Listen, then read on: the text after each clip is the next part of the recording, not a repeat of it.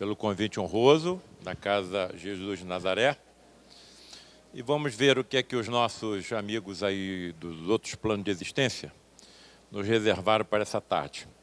Eu costumo dizer nas minhas apresentações que no ensino não, eu venho aprender em conjunto com aqueles que estão me ouvindo, porque muitas vezes eu percebo que eu estou servindo como instrumento daquilo que venha a ser transmitido a nós nesses encontros. Então eu sou o primeiro a perceber, eu sou o primeiro a aprender, o primeiro a ouvir, e muitas vezes eu sinto um arrepiozinho e eles dizem do lado de lá que a felicidade que nos aguarda de acordo com nossos procedimentos, evidentemente, não tem como ser descrito em línguas mortas ou vivas que percorrem a humanidade. Mas que há determinados momentos em que a ponta do véu de Ísis, que separava o mundo dos mortos do mundo dos vivos, dos antigos egípcios, ele nos é levantada. E nós sentimos alguns arroubos, alguns sopros, alguns lampejos dessa felicidade indescritível em linguagem humana que nos aguarda. Eu, sempre que estou diante de uma plateia seleta, respeitosa, como o que está acontecendo hoje, eu acho que me sinto em um desses momentos, porque eu me sinto imensamente feliz. Muito obrigado pelo convite, muito obrigado pelo carinho, pela gentileza, pelo interesse pelas nossas obras e que elas possam contribuir para o nosso aperfeiçoamento e para a melhoria da nossa família dita humanidade.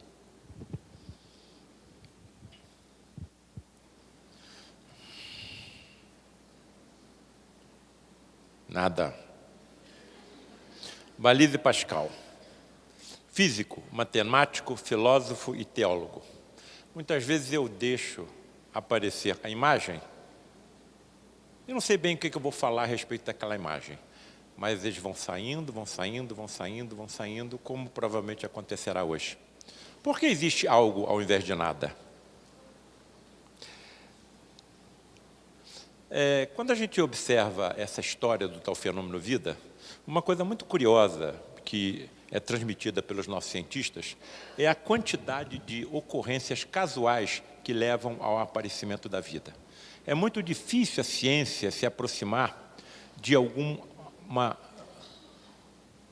razão inteligente que é pregado exaustivamente por todas as religiões. Existe algo por trás de tudo, existe algo principalmente por trás da vida. E esse algo tem que ter alguma inteligência. Por exemplo, não existe vida sem vida.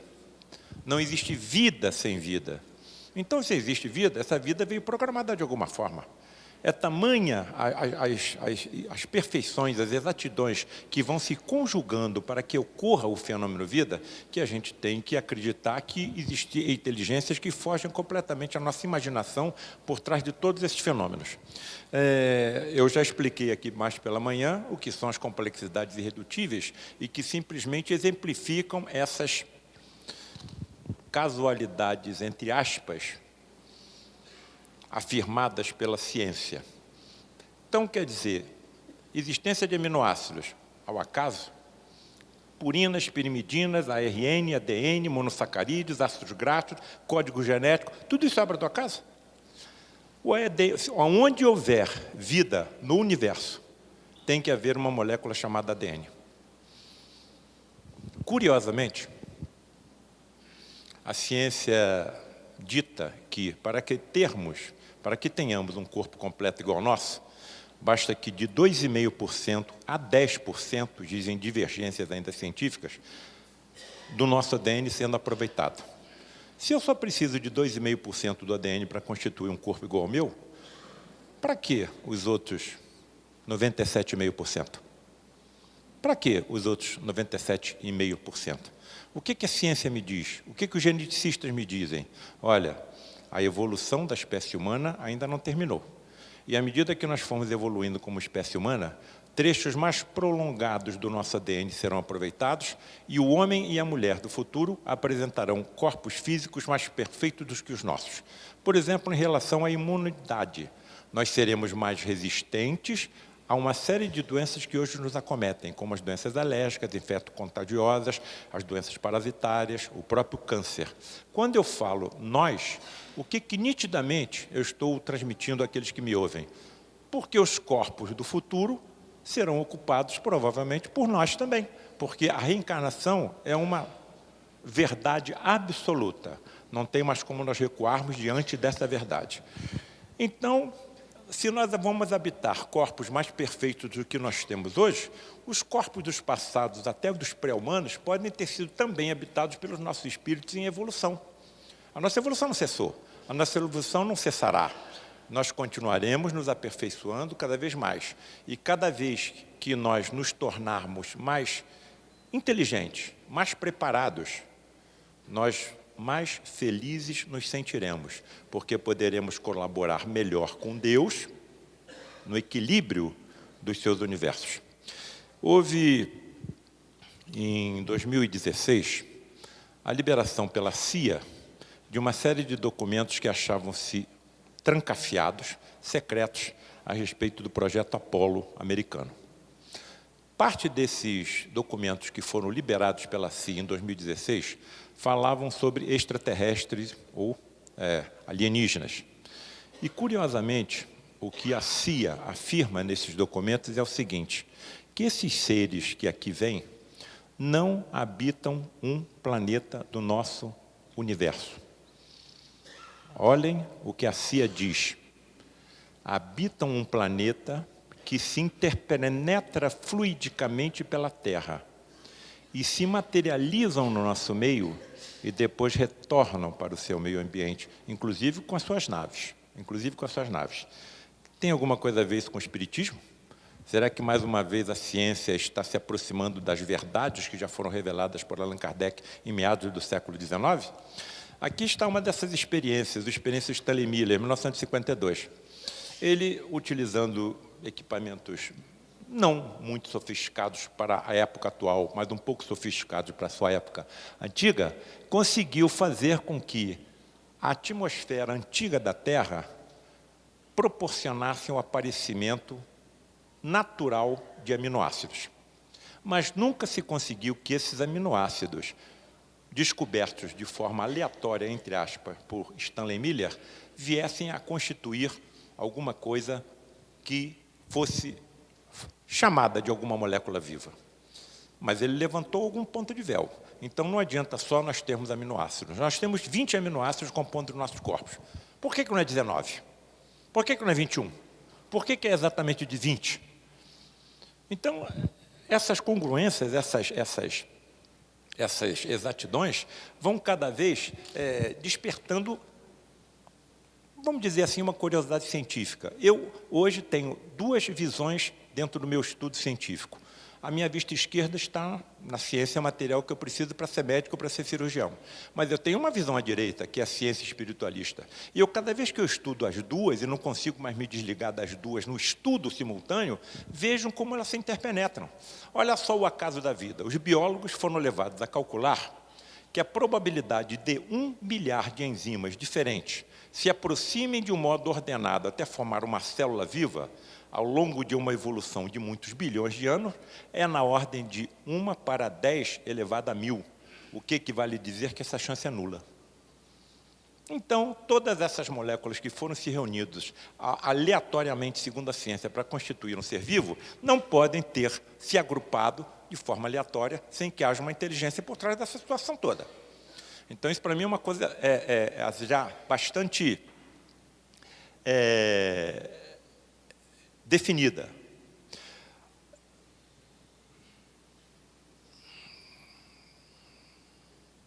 Outro acaso da vida. Para a agregação de nucleotídeos conduzissem, por acaso, à elaboração de uma molécula de ARN, porque os analistas, os estatísticos, costumam dizer o seguinte, todas essas conjugações ditas casuais, podem mais cedo ou mais tarde chegarem a algum objetivo inteligente, desde que haja tempo para isso. Muito bem, vamos ver que tempo seria necessário. Para que a agregação dos nucleotídeos conduzisse, por acaso, à elaboração de uma molécula de ARN utilizável, teria sido preciso que a natureza multiplicasse as apalpadelas as tentativas durante 10 elevado a 15 anos. Atenção, ou seja, durante 100 mil vezes mais tempo do que a idade total do nosso universo. É tempo demais.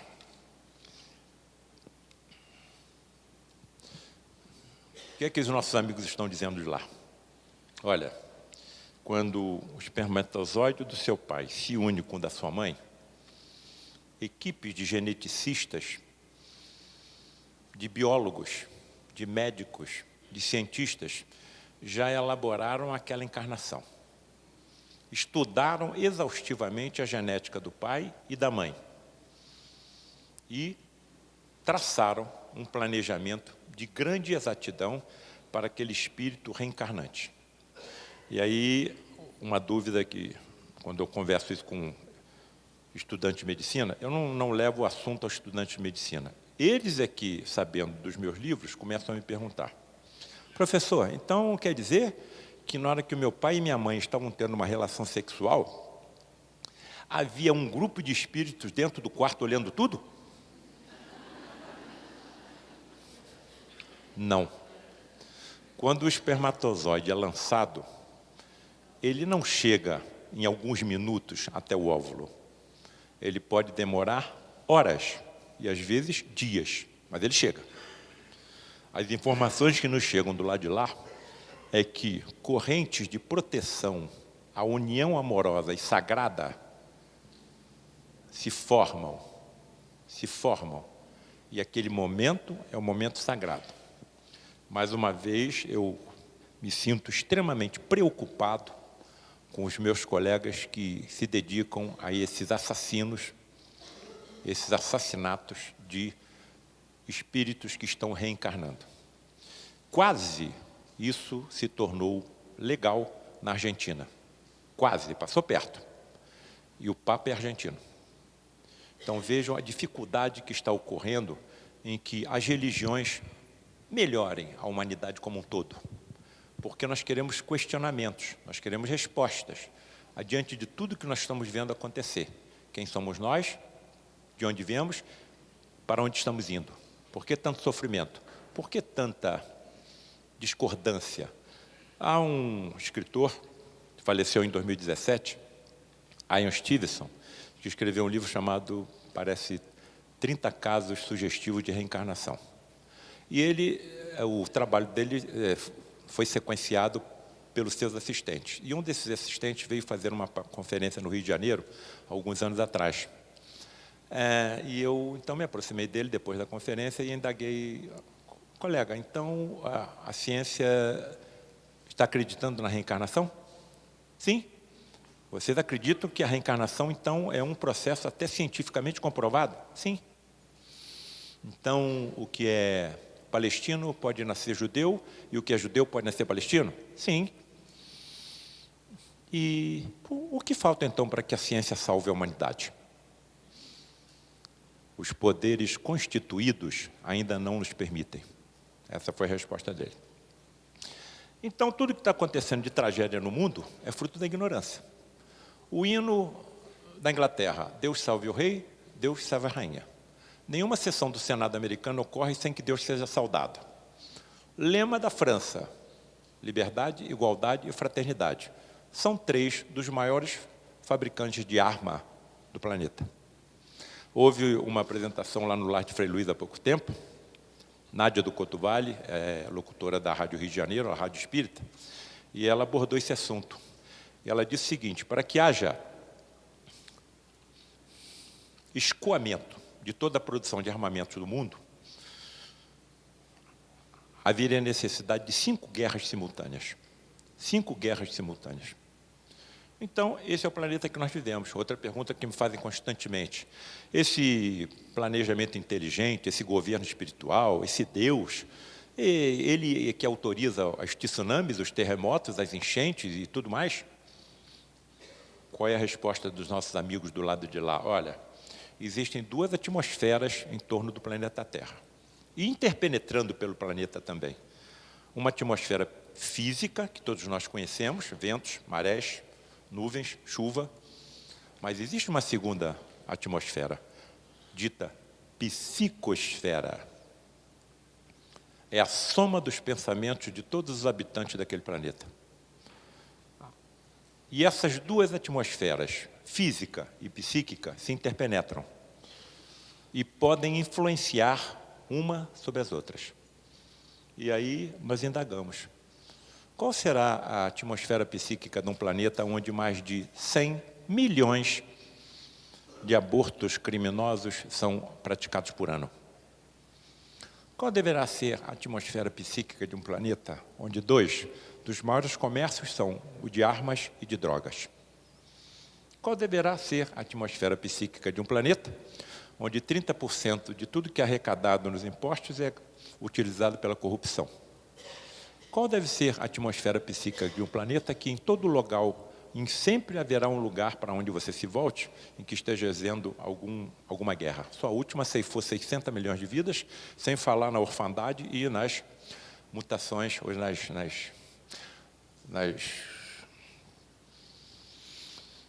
perda de braço, perda de perna, perda de olho e todas essas tragédias. Então, estamos colocando tijolos em cima de telhados de zinco. Vai desabar. Desabar em forma de tragédias ecológicas, tragédias naturais. Mas observe o seguinte, sempre que há uma grande tragédia, um terremoto no Haiti, uma enchente não sei aonde, um tsunami na Ásia, há como que um movimento contínuo e coletivo da humanidade para ajudar aqueles que estão sofrendo com aquelas tragédias.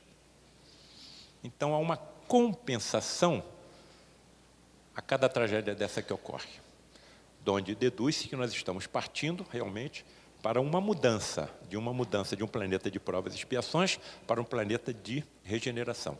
O que é um planeta de provas e expiações? Muito simples.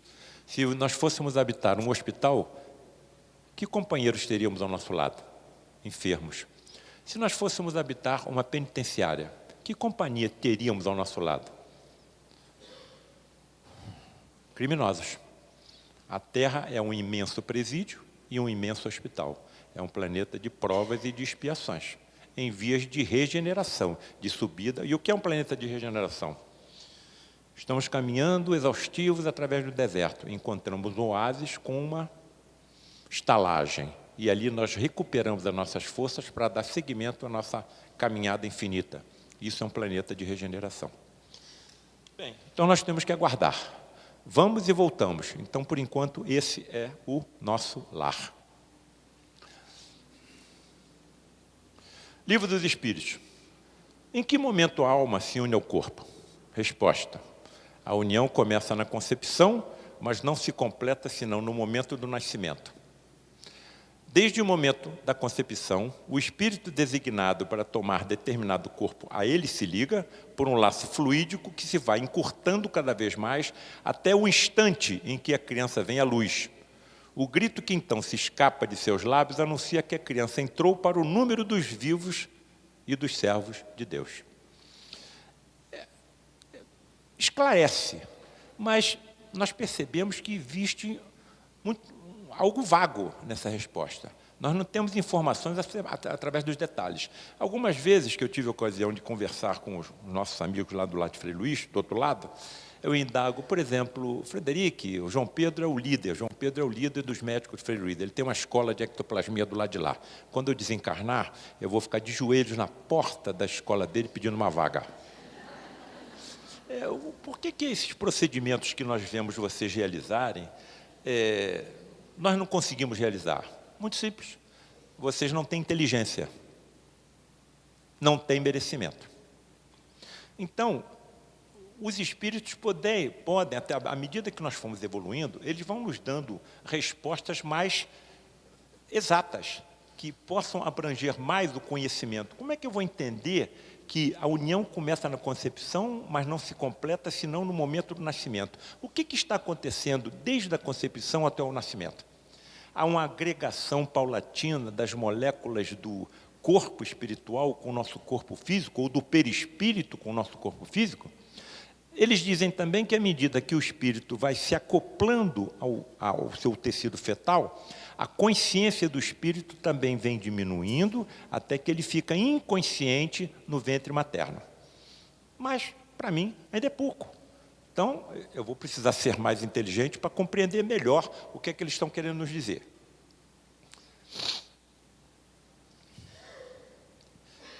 Cerca de 300 milhões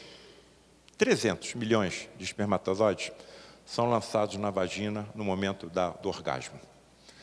300 milhões. O que eles também nos dizem? Olha, não é só um dos 300 milhões. Nós organizamos um grupo desses com as mesmas características para que alcance o óvulo que nós já programamos. Agora, 300 milhões podia ser um pouquinho menos, não?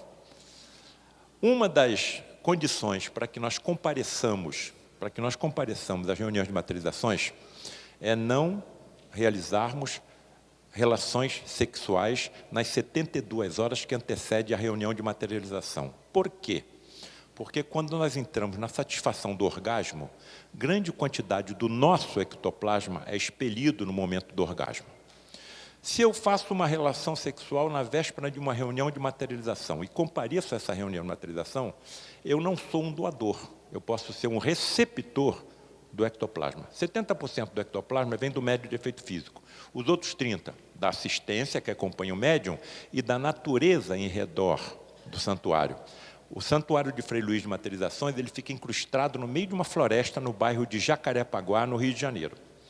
O meu pai desencarnou em março de 2017 e era médium vidente desde os 6 anos de idade. Era o principal médium vidente do lar de Frei Luís. Começou a ter visões aos 6 anos de idade. O que a família fez? Ele nasceu em 24. Então, em 1930, a família levou aos médicos, aos pediatras, porque a criança estava vendo coisa que só ele via, mas ninguém via. O que os nossos colegas pediatras de 1930 recomendaram que fosse feito? Essa criança precisa ser submetida a sessões de choques elétricos. Tomou choque elétrico direito, à torta direito, não adiantou de nada, porque a mediunidade dele é uma coisa natural, E quando nós subíamos a montanha, eu e meu pai, para as reuniões de materializações, ele ia me informando tudo que ele estava vendo, porque ele via tanto de olhos fechados como de olhos abertos. Olha, espíritos ligados à natureza estão já extraindo ectoplasma das plantas, das flores, dos pássaros, dos esquilos, e técnicos físicos e químicos já estão aproveitando esse ectoplasma e levando para dentro da cabine onde o médium se encontra. E ele ia me relatando tudo. Ele era mecânico de tear, trabalhava com máquinas de confecção de tecidos, na Companhia de Tecidos Nova América, no Rio de Janeiro. Então, ele ia utilizando o linguajar dele. E as informações eram muito preciosas. O teu próprio pai, além disso, o cara era médium de efeito físico também. Algumas reuniões de materializações, ou reuniões públicas do lar de Frei Luís, nós saíamos, eu e ele, e eu falava, papai, eu vou ter que ir ao hospital ver um paciente, não vai dar tempo de levar você em casa. Vamos comigo até o hospital, me aguarda ali no estacionamento, eu vou lá em cima, vejo o paciente e volto. O carro ficava impregnado com cheiro de éter e cânfora, a ponto de eu ter que parar o carro, abrir a porta para poder respirar. Papai, o que está acontecendo? Os médicos que estão te acompanhando estão te dando uma prova de que você não está sozinho. Se meu pai estivesse aqui, deve estar por aqui. Ele normalmente ficaria sentado aqui, anotando tudo o que ele via durante a nossa reunião. Com certeza, ele relataria o seguinte, Paulo, e falaria no microfone para todos, a ambiência psíquica desse ambiente está tão elevada, tão pura, que os médicos espirituais estão percorrendo as fileiras e cuidando de enfermidades que nós nem desconfiamos que temos. Tamanha é a fluidez, é a elevação que nós estamos conseguindo nesse ambiente com o nosso propósito. O que eles estão nos dizendo? Que mais cedo ou mais tarde, toda essa ambiência fluídica que nós estamos exalando nos nossos pensamentos, poderá percorrer toda a terra, porque a humanidade, aos poucos, ela vai se conscientizando das verdades todas que nós já sabemos. E às vezes eu me indago, o que acontecerá com esses pioneiros que levaram essas verdades aos países islâmicos, onde a mulher é considerada um ser inferior? Nós sabemos o que acontecerá com eles. Serão trucidados, crucificados, decapitados, queimados, esquartejados. Mas isso já aconteceu no passado. Com quem? Com os primeiros cristãos. Foram lançados até as feras. E o cristianismo está aí. O cristianismo está aí. E isso acontecerá mais cedo ou mais tarde.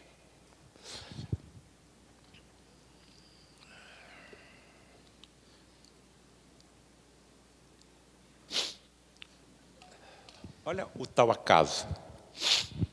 Alguns pesquisadores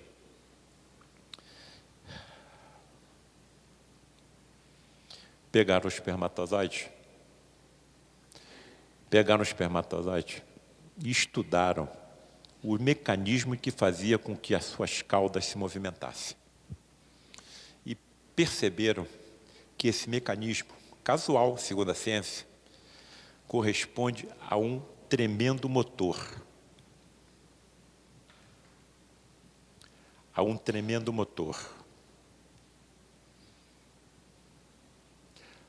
A velocidade de batimento da cauda do espermatozoide para empurrá-lo para frente faz com que ele bata 23 vezes por segundo.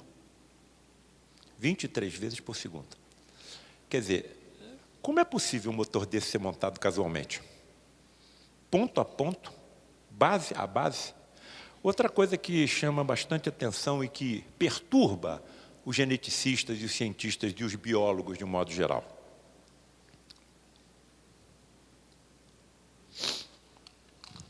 Espermatozoide, óvulo. Constitui-se um ovo. 2, 4, 8, 16. 16 células absolutamente iguais. Mas, num determinado momento, uma dessas células absolutamente iguais às demais começa a se transformar numa célula do fígado. Uma outra célula, absolutamente igual às demais, se transforma numa célula do osso. A outra no neurônio. A outra numa célula da pele, a outra na célula do pulmão, a uma numa célula do globo ocular e vai por aí afora. Centenas de células diferentes uma das outras, partindo de células absolutamente iguais. O que a ciência chama atenção? Olha, isso deve estar relacionado com uma coisa chamada epigenética. O ambiente onde a célula se encontra em torno dela é que estimula a célula a se diferenciar em uma direção ou em outra. Mas isso acontece com todos nós? Com todos nós, os ambientes em torno das nossas células são exatamente iguais para que elas sejam empurradas numa direção ou na outra? Não tem como você deixar de acreditar, pelo menos no estágio evolutivo em que nós nos encontramos, nós aqui dentro dessa sala, que existe uma forma extrafísica. E a forma extrafísica qual é? O perispírito, que já está sendo estudado pela ciência com outro nome, campos morfogenéticos. Os interessados entram aí no Sheldrake. Sheldrake é um pesquisador desses campos morfogenéticos e vão ver os livros e os trabalhos deles fantásticos. Inclusive, esses campos morfogenéticos ou perispirituais envolvem também animais. Os nossos animais de estimação têm também esse campo morfogenético perispiritual. E ele pode atingir grandes distâncias além da superfície do nosso corpo. O Sheldrake fez algumas experiências com cães de estimação e quando passava pelo pensamento do dono, que estava no momento de ele retornar do seu trabalho ou de alguma outra atividade ao seu lar, o cão se despertava e ficava imóvel, olhando pela janela ou olhando pela porta, aguardando a chegada do dono. Vejam como se interpenetram esses campos morfogenéticos, que devem ser nada mais nada menos do que os campos perispirituais que todo ser vivo tem. A ciência está apontando, inclusive, como uma possibilidade de ondas probabilidades, como acontecem com os elétrons, quando eles se migram em direção de algumas outras placas e de algumas outras associações. Aqui está a nossa formação, não é isso?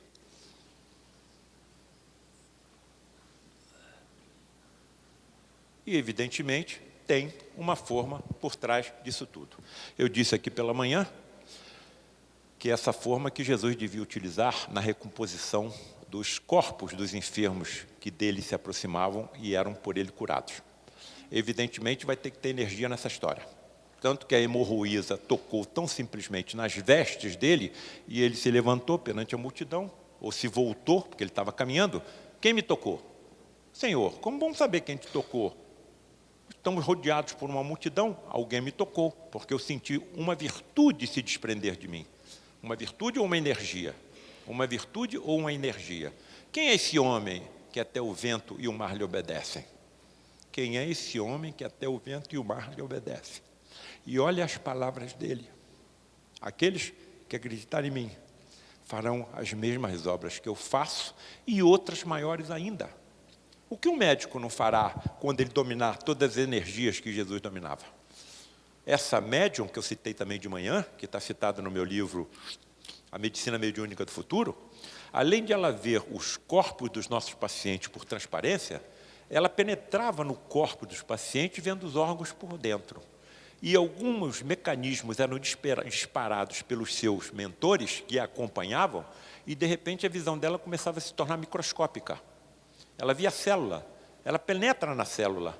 Por isso ela pediu para não colocar o nome dela, e nem ela comenta isso com ninguém. Como é que vão taxar uma cirurgiã que fala essas coisas? Provavelmente ela não está regulando bem. Aqueles mais antigos que aqui estão, da minha faixa etária, devem se lembrar de um filme da década de 70, chamada Viagem Fantástica. Cientistas miniaturizam um submarino com médicos dentro do submarino e injetam na corrente sanguínea de um paciente, e esse submarino vai até o cérebro, onde tinha uma lesão, e elimina essa lesão com raios de laser. Ela diz que, em determinados momentos, ela navega pela corrente sanguínea do paciente, vendo as hemácias passar por cima, por baixo, pelo lado.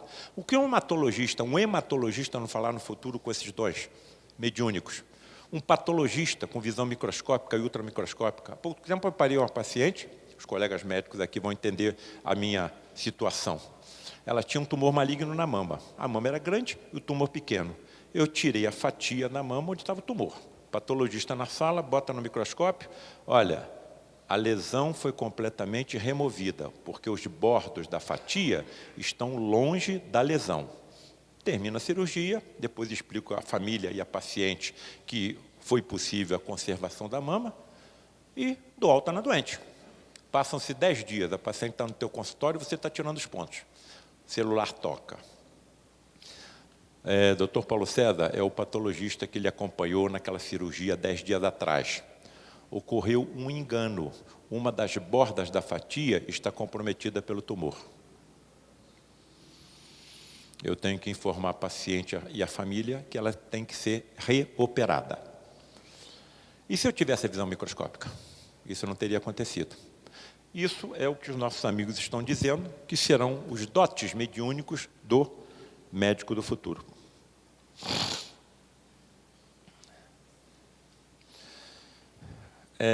Paulo César, alguém já elaborou alguma fórmula, alguma coisa que possa nos explicar essa formatação, não somente do corpo humano, mas de outros corpos? Está sendo citado um matemático italiano da Idade Média, Leonardo Fibonacci. Esse Leonardo Fibonacci desenvolveu uma fórmula matemática em que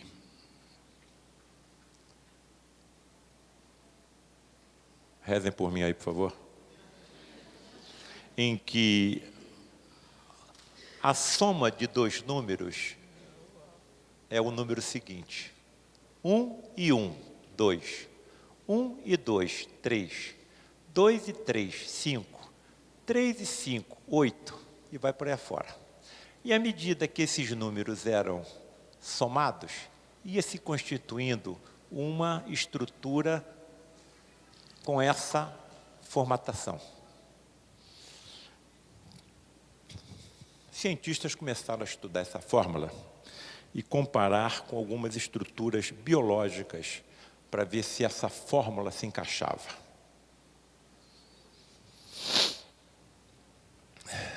se encaixou nas ondas. Se encaixou em tufões e furacões. Se encaixou em galáxias. Se encaixou em pétalas de flores, como girassóis. Se encaixou em caracóis. Se encaixou no embrião. Se encaixou no ouvido humano. Se encaixou no corpo humano. Tem ou não tem alguma inteligência programando tudo isso? Então percebam que aos poucos a ciência vai sentindo cheiro aqui, cheiro ali. E eu não consigo ver solução para a humanidade sem a aproximação dessas duas vertentes que conduzem à humanidade. A ciência e as religiões. Esse era o meu tormento. A ciência não me dá resposta no que eu estou precisando. As religiões também não. Quando é que eu comecei a ver lampejos lá no horizonte? Quando eu uni as duas.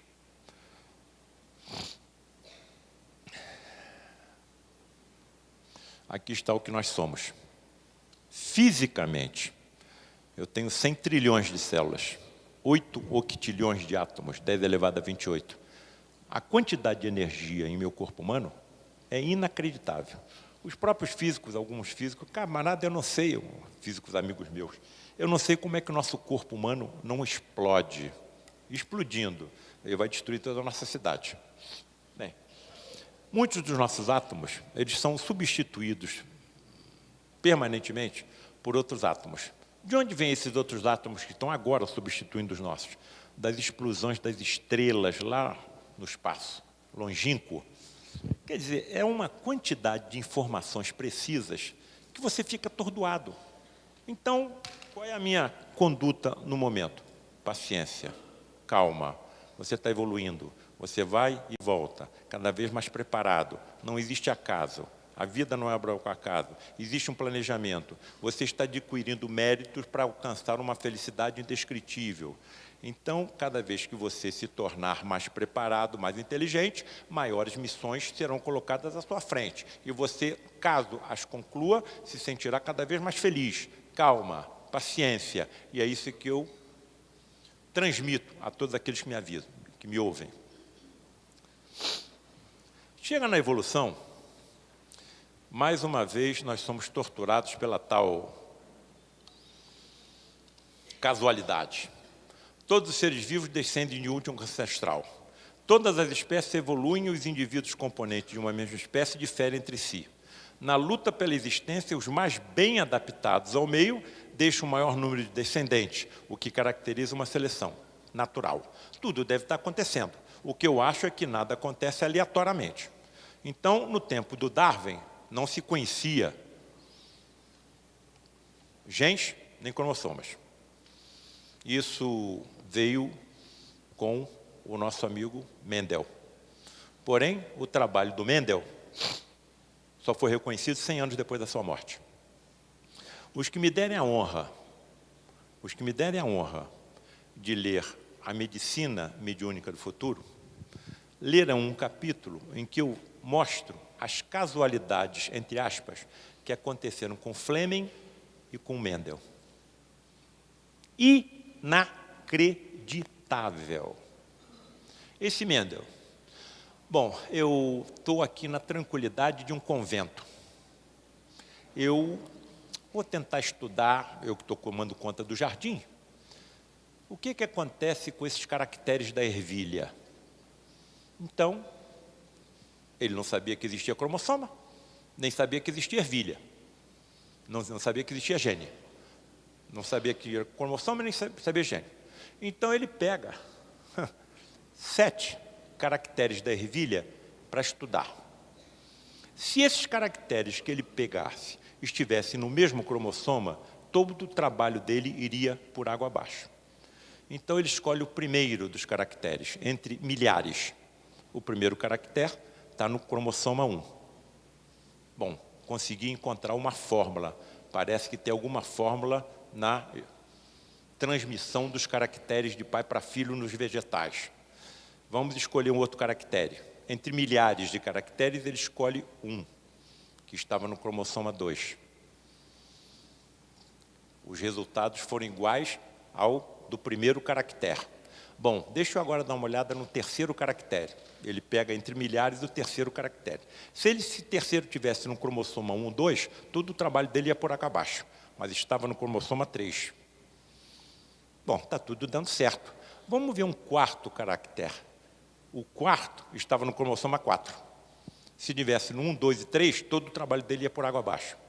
Muito bem, agora vamos ao quinto. Está no cromossoma 5.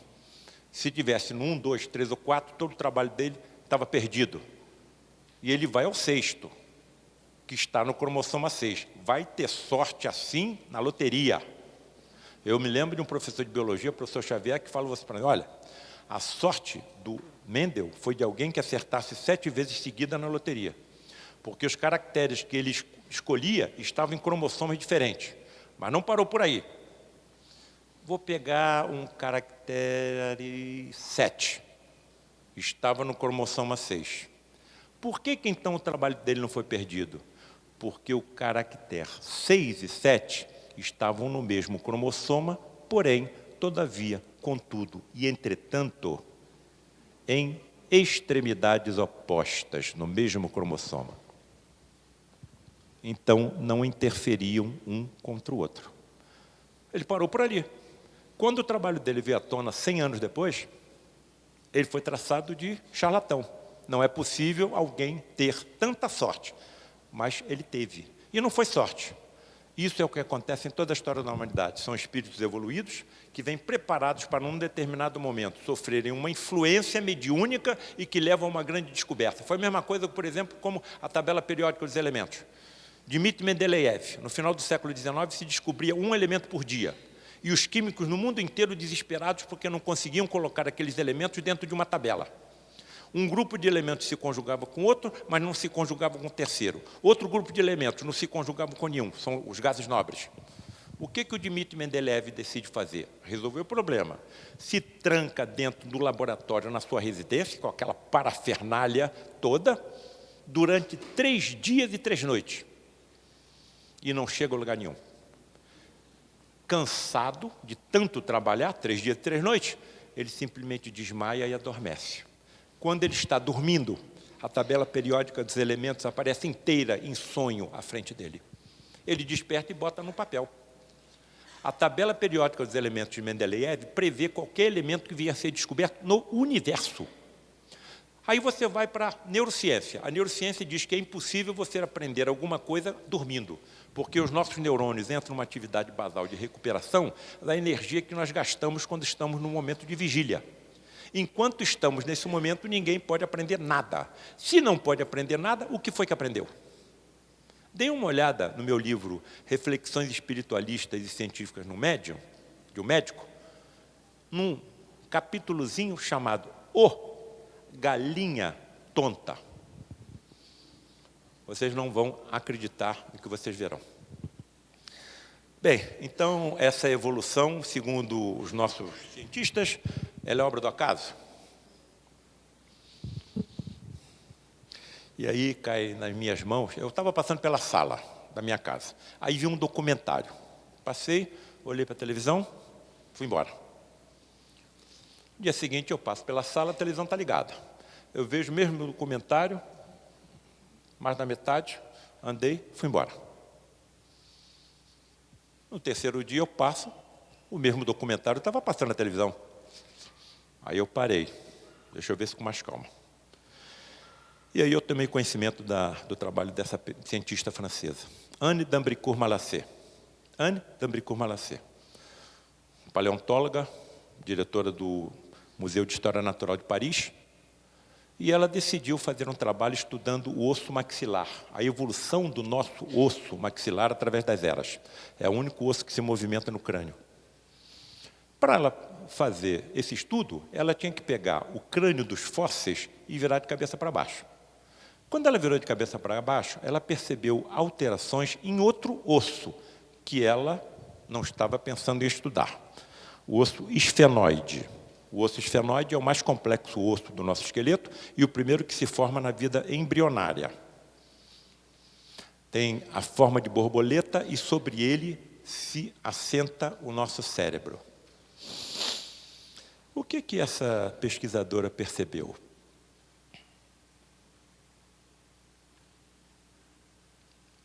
Que ao longo das eras, o osso esfenoide sofria inclinações. E cada vez que o osso esfenoide se inclinava, aumentava o tamanho do nosso crânio e do nosso cérebro. E nós nos tornávamos mais inteligentes. E também nos tornávamos mais eretos. Mais inteligentes e mais eretos. Isso jogou por terra a teoria das savanas, que nós andamos em duas pernas de tanto levantarmos o corpo na procura do predador que vinha na nossa direção ou da caça que nós necessitávamos para a nossa sobrevivência. Há 60 milhões de anos, o osso esfenoide era horizontal, como acontece com os lêmures da ilha de Madagascar. Primeira inclinação detectada pela doutora Anne d'Ambricourt, há 40 milhões de anos, e surgiram os símios. Segunda, há 20 milhões de anos, e surgiram os grandes macacos.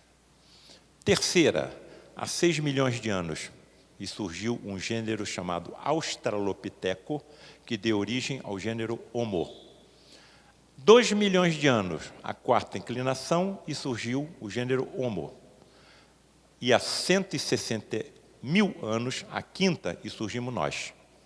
Atenção, 40, 20, 6, 2, 160 mil. As inclinações estão se estreitando. E cirurgiões, maxilo, buco, faciais, estão percebendo alterações na arcada dentária de crianças japonesas e americanas que estão prenunciando uma sexta inclinação. Se a cada inclinação nós nos tornamos mais inteligentes, isso está talvez relacionado com a subida também do planeta, de um planeta de provas e expiações para um planeta de regeneração? Será que coincidiremos com essa elevação? Calma, Paulo César, calma, Paulo César, calma. Isso está relacionado, então, com o aumento do número de neurônios do nosso cérebro. Cada vez que aumenta o nosso cérebro, nós temos mais neurônios e ficamos mais inteligentes. É isso que você está querendo me dizer?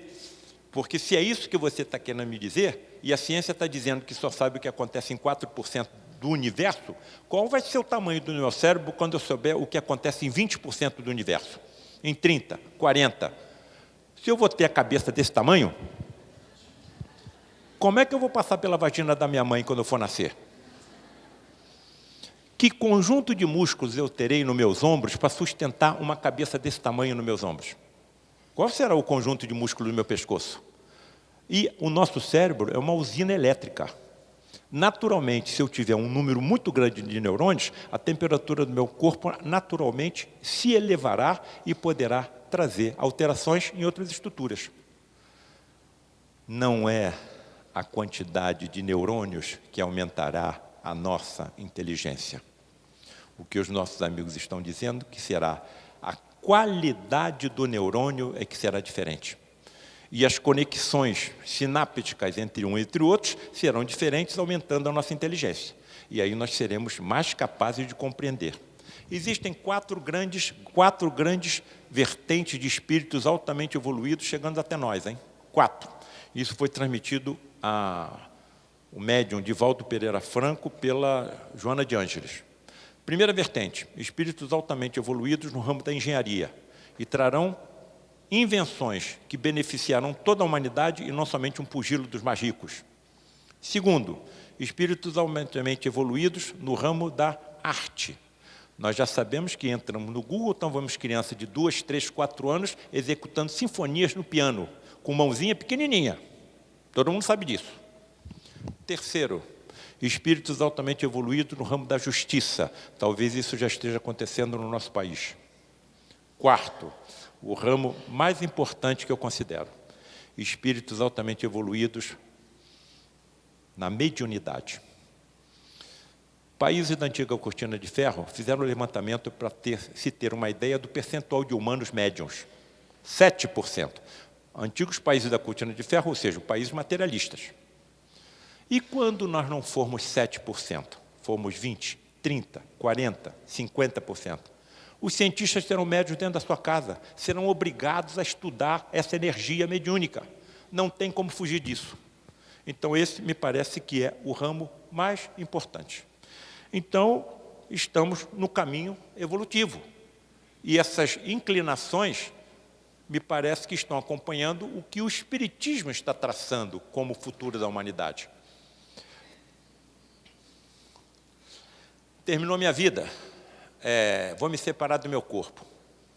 O meu corpo vai ser degradado, as moléculas do meu corpo serão utilizadas em outros corpos orgânicos e inorgânicos, mas eu, a minha personalidade, não estou naquele corpo. Já me libertei do meu escafandro que eu preciso para interagir com esse universo e que me faz me esquecer até do que eu almocei anteontem. Graças a Deus eu me esqueço.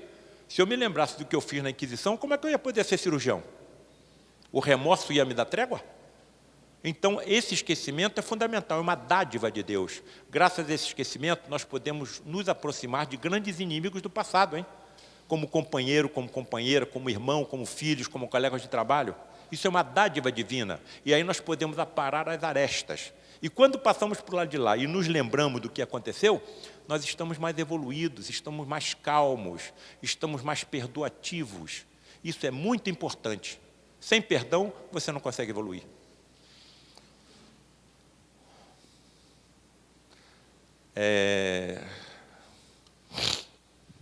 Duas informações preciosas. Tinha chegado uma menina de 6 anos de idade no lar de Frei Luís. Essa menina estava com um tipo de câncer chamado linfoma. Filha única e neta única. Lutamos com essa menina durante 3 anos. Tudo que a medicina da Terra podia oferecer, ofereceu. E durante 3 anos ela compareceu a todas as reuniões de materializações, sendo atendida pelos nossos médicos espirituais. No final desses 3 anos, a menina desencarnou. Passou-se aproximadamente uma semana, nós estávamos reunidos no lar de Frei Luís, com meu pai na mesa, captando as vidências, e a família da menina presente.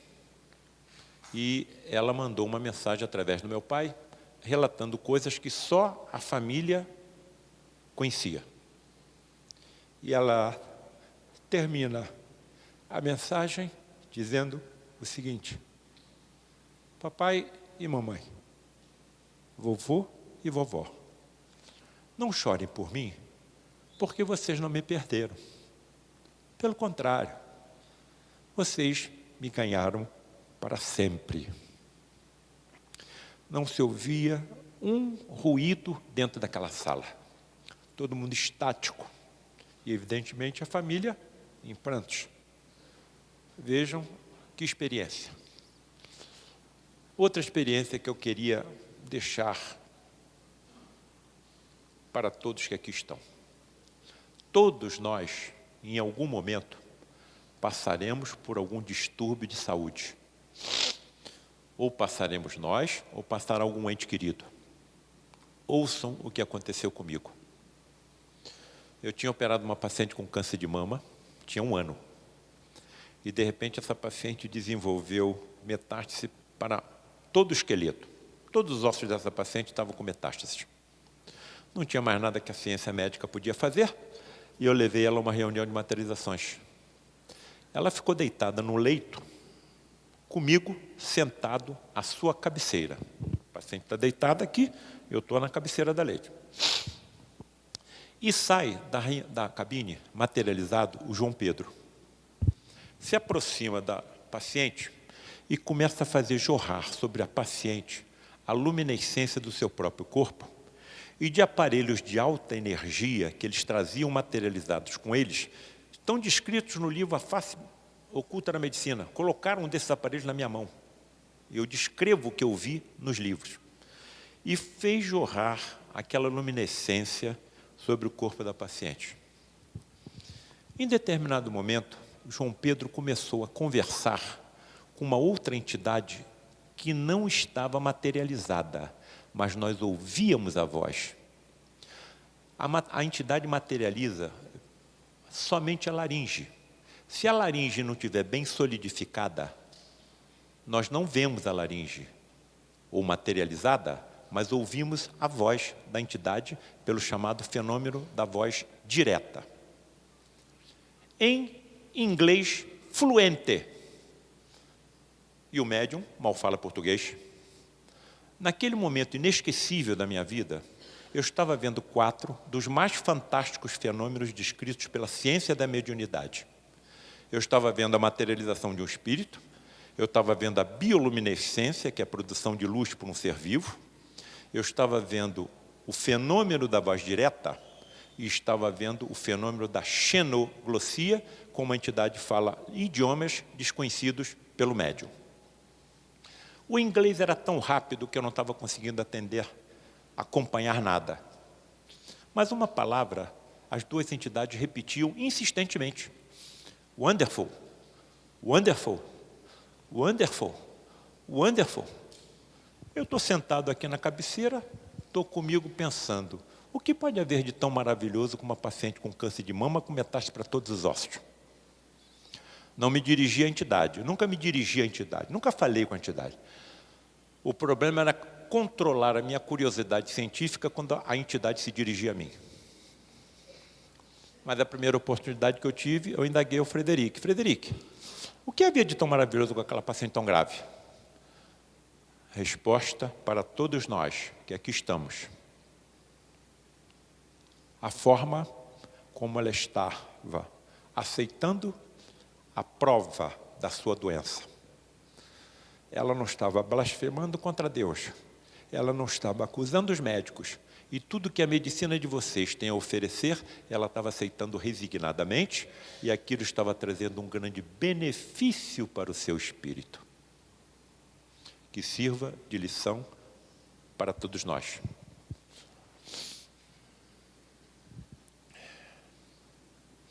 Livro dos Espíritos. A alma tem consciência de si mesma imediatamente depois de deixar o corpo? Imediatamente não é bem o termo. A alma passa algum tempo em estado de perturbação. Então nós vamos ficar sonolentos durante alguns momentos. Mas não devemos esquecer que nós estaremos sozinhos. Provavelmente médicos estarão conosco. A perturbação que se segue à separação da alma e do corpo é do mesmo grau e da mesma duração para todos os espíritos? Não. Depende da elevação de cada um. Da elevação e do conhecimento. E do conhecimento. Aquele que já está purificado se reconhece quase imediatamente. Quer dizer, vou despertar, desencarnei. Pois que se libertou da matéria antes que cessasse a vida do corpo. Não me apeguei tanto à matéria, às coisas materiais. Já estou sabendo que eu sou um ser imortal. E quando chegar o momento do meu desenlace, eu continuarei vivendo. Simplesmente me desprenderei desse veículo físico. Enquanto que o homem carnal, aquele cuja consciência ainda não está pura, guarda por muito mais tempo a impressão da matéria. E essa impressão da matéria nos suicidas é um termômetro, é um tormento. No suicida é um tormento. Se você vem com a energia vital de 60 anos e aos 40 você dá um tiro na cabeça, durante 20 anos você fica sentindo, percebendo o projetil entrar no cérebro. Se você se atira numa fogueira, tu fica 20 anos sentindo o corpo te queimar, o fogo te queimar. Se você se atira de um precipício, você fica 20 anos sentindo o seu corpo se despedaçar. É isso que o suicida quer? De vez em quando me procuram, Paulo César, filho está com um adolescente aí que está pensando em se suicidar.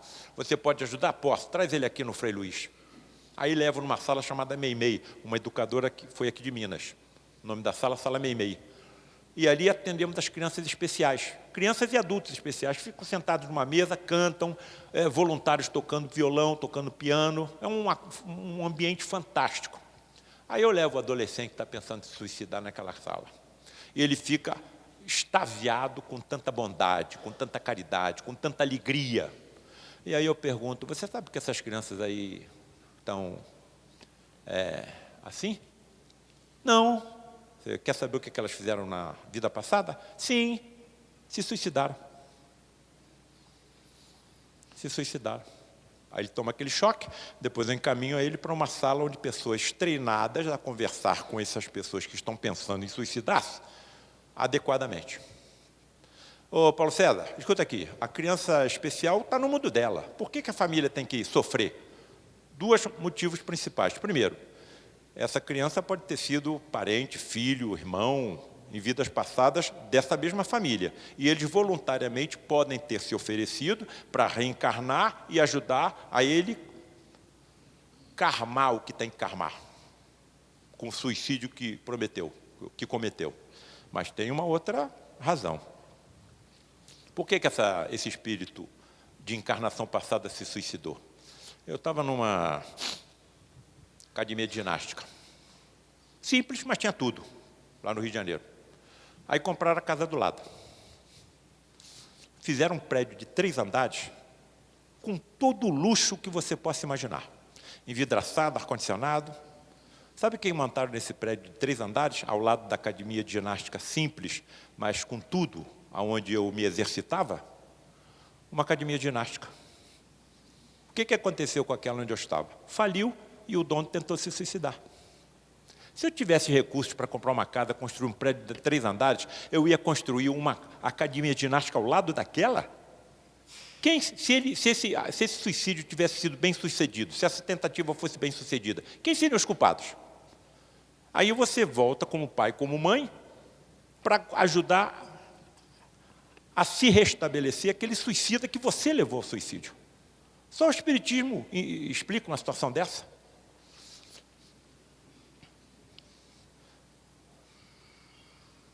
O conhecimento do Espiritismo exerce alguma influência sobre a duração mais ou menos longa da perturbação? Olha que pergunta importante, hein? Influência muito grande. Por isso que o Espírito já antecipadamente compreendia a sua situação. Mas a prática do bem e a consciência pura são o que maior influência exercem. Você não precisa ser espírita. Basta que você seja bom, que você tenha cuidado com aquilo que você faz. Volto a repetir o que eu falei de manhã. A conduta é mais importante do que a crença.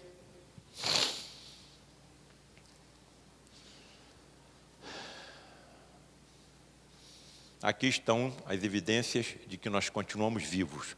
Não vou perder muito tempo, porque eu tenho um avião para pegar para ir para o Rio.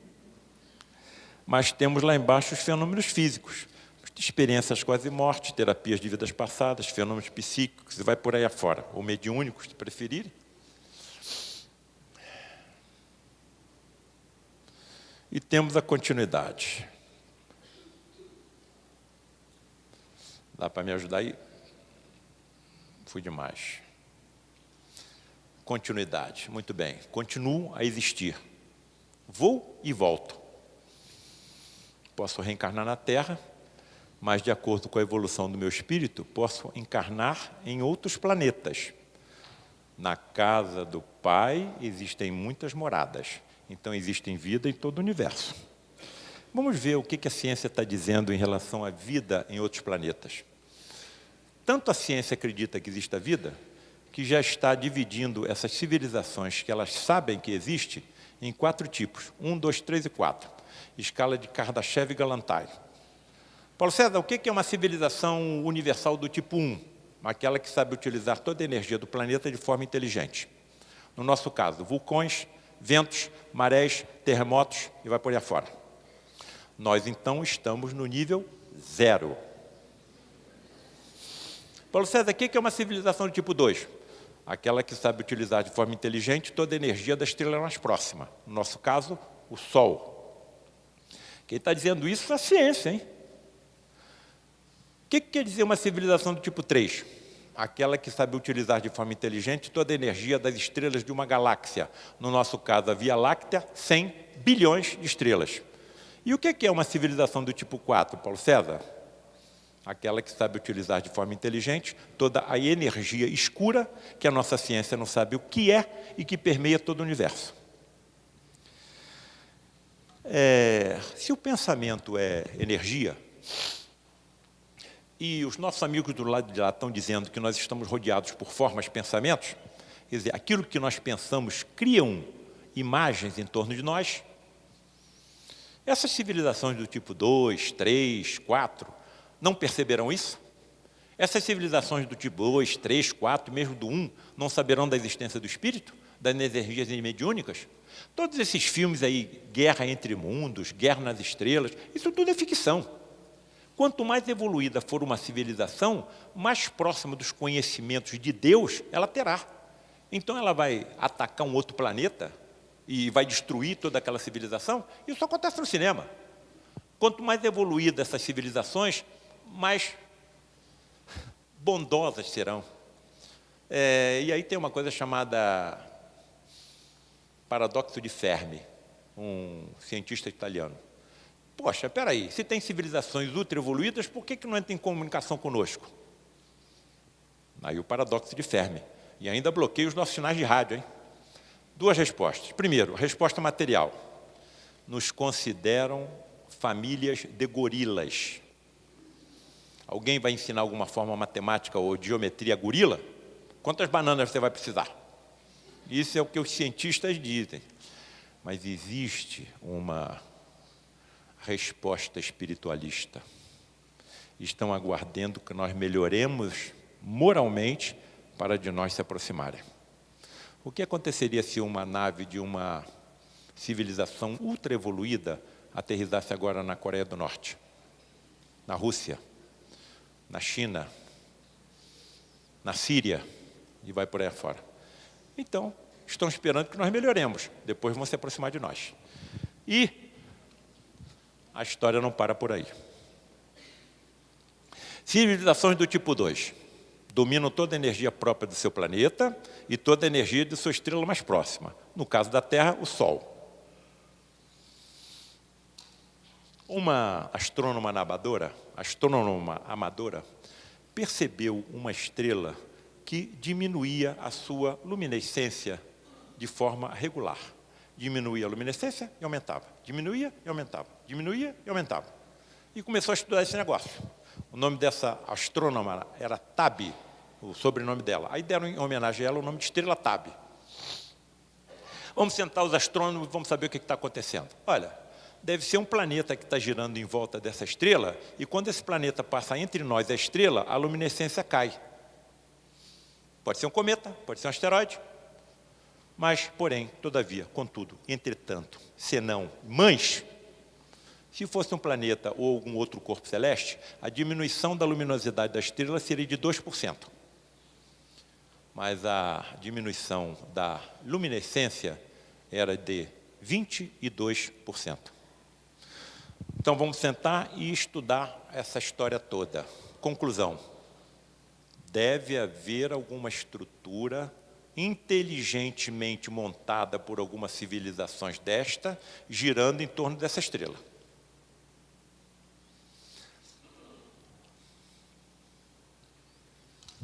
Caso essa estrutura exista, é uma das possibilidades fortes perante os nossos cientistas, essa estrutura em torno da estrela tem um diâmetro maior do que o planeta Júpiter.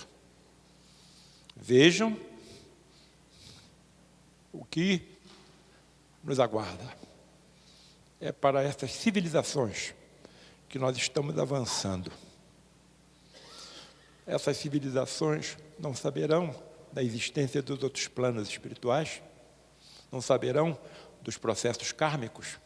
Se o pensamento é energia, quais serão as minhas formas, pensamentos em torno de mim, se eu estiver pensando em preencher a minha roupa com bombas e explodir um avião, em destruir um prédio, em se utilizar de um cargo público e desviar fortunas em meu benefício? Não poderei habitar tais civilizações. Vejam como está absolutamente de acordo com tudo que o Espiritismo está nos mostrando. Para onde que eu vou? Ultrapassando o fenômeno natural da morte do corpo físico ou desencarnação do espírito, onde é que eu vou ingressar?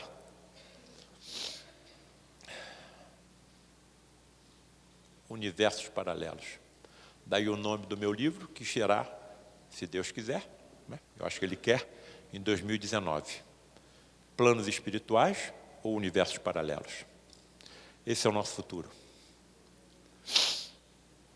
E eles chegam agora já a aceitar a existência de civilizações do tipo 5 e 6. Segure-se na cadeira para não cair. civilizações do tipo 5. A ciência está dizendo que eles sabem como utilizar de forma inteligente as energias dos universos paralelos ao nosso.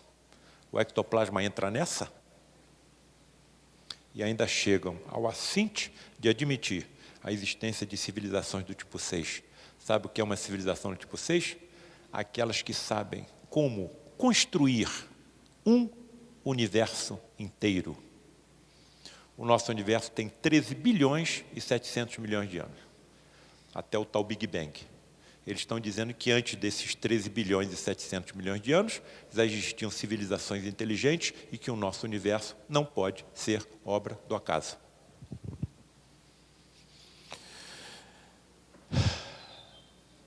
Há muitas moradas na casa do meu pai, moradas físicas e moradas espirituais. O Evangelho não é um ritual, nem uma crença para quem vive numa cidade, e sim, é o código moral das galáxias. Em qualquer outro planeta que nós venhamos a habitar no futuro, nós seguiremos as práticas evangélicas. Então, Kardec ampliou as fronteiras além do mundo e nos apresentou uma religião cósmica, universal. Conclusão: somos um depósito infinito de informações que iremos acumulando ao longo da eternidade. Isso é o que nos aguarda. Eu deixo a figura de Frei Luís, mais uma vez, agradecendo a oportunidade maravilhosa de eu estar aqui com os senhores. Que Deus abençoe a todos que aqui estão, os seus guias e protetores espirituais, as suas famílias e os seus ambientes de trabalho. Muito obrigado.